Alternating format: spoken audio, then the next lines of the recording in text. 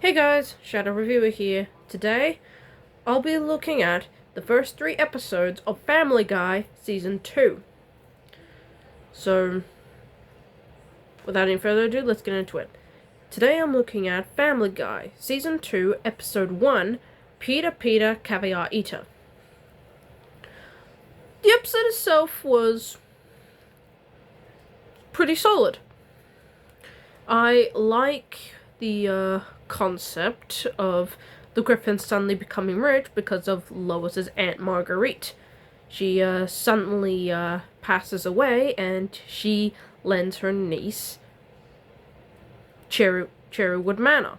And Peter, being Peter, decides to gets the money all run through his head, and he makes stupid decisions.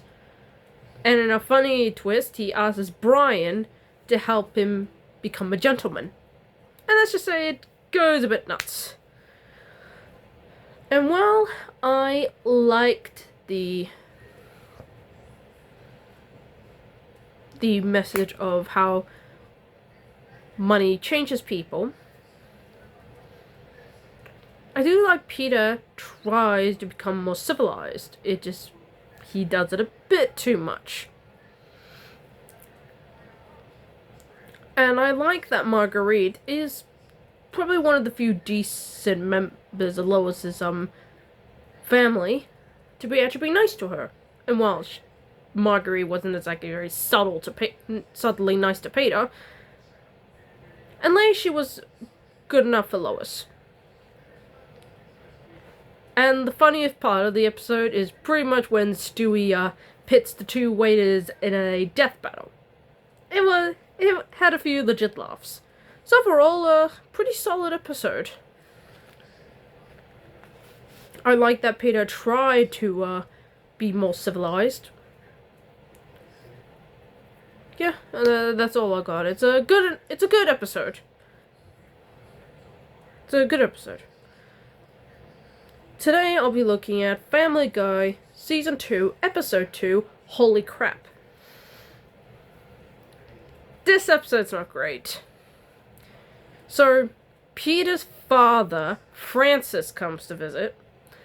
And let's just say he's one of those bloodthirsty Christian types. And let's just say he's not only a terrible father, he's a terrible grandfather.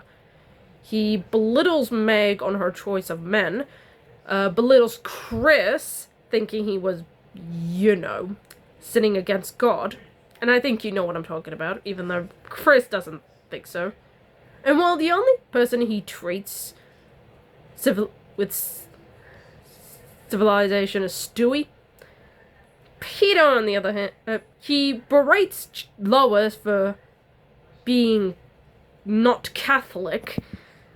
Peter, on the other hand, he doesn't seem to treat with the most respect.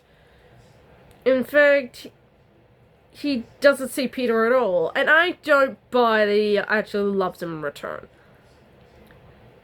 And honestly, for one of the rare times in this series, I actually feel bad for Peter.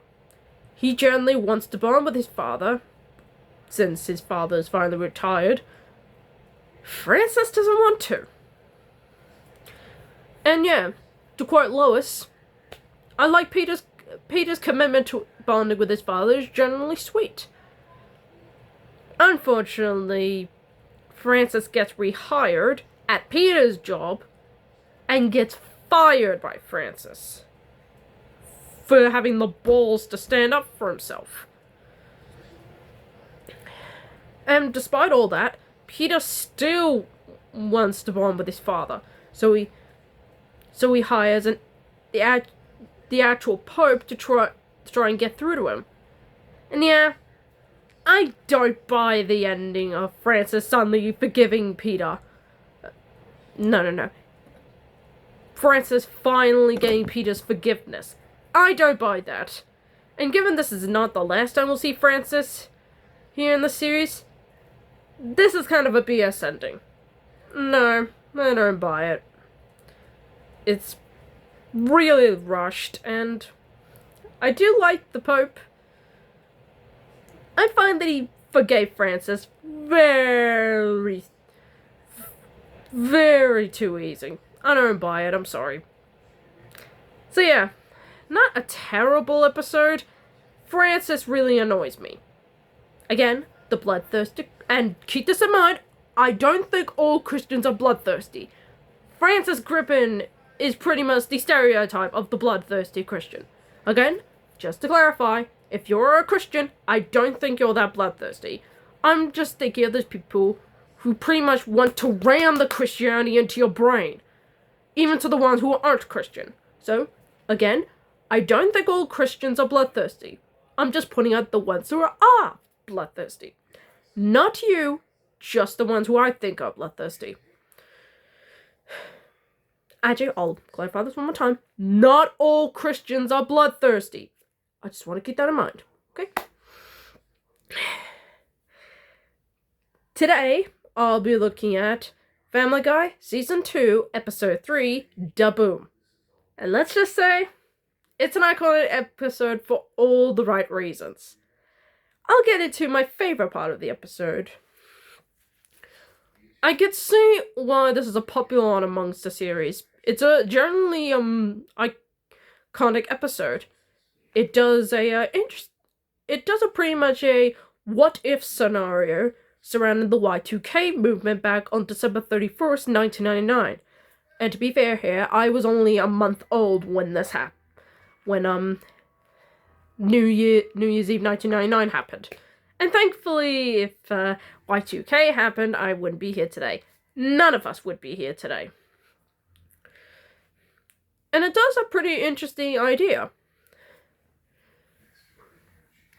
I liked that the Griffin family tried to survive the Y2K movement. And it ends hilariously when Stewie accidentally touches some radiation and turns to a half baby, half octopus. And his, let's just say, children take over the new Quahog. And while Peter, being the stupid one, there were some attempts here. And this is canonically the very first appearance of Mila Kunis as Meg. And let's just say, this is pretty much Meg going forward. And Mila Kunis does a decent job for her first time in the role. And while Letitia Chabert is okay, Mila Kunis is the one people think of when they think of Meg. And there's a pretty good iconic moments, like the fusion of Cleveland and Quagmire. Oh, hey, Clevemeyer, that's Quagland. Quagland? Oh, you must be dreaming. Oh, and Joe's iconic line as he's literally sucked into the floor, and a giant rat comes up. Bring it on! And let's just say, it had probably my favorite scene in the episode, the very first chicken fight. Yep, this is where it all started, over a damn coupon. Peter goes into this cutaway. Oh, no. I do not take 2 coupons from giant chickens. Not after last time. And then it cuts away from the Ernie the giant chicken giving him a coupon. I'm sorry, this is expired. You son of a... And thus begins the chicken fight. And it's a pretty great chicken fight to start out the series with. Yeah, it's a cutaway that goes on for a bit too long, but it's a fun cutaway nonetheless. But then fighting on top of this giant truck, to that truck exploding, them holding onto a helicopter, then they smash into a building, then Peter smacks the chicken onto a printer. Chicken, give me a back coupon, and then the chicken jumps on him, and then they fall out of a building, and that's it. And just when you think Peter walks away the victor, the chicken opens his eyes, hinting that he will return. And yes, he does return, and boy is it fun. So yes, overall, Da Boom is a pretty great episode. But there is a kind of confusing ending.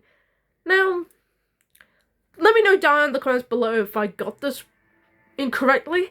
The ending ends with an episode from a show called Dallas, where it's revealed that the entire episode was nothing but a dream of a woman from the mind of a woman who tells, I think it's her husband, paramour, boyfriend, fiance, no idea, that she dreamt all of it up. I don't get the ending.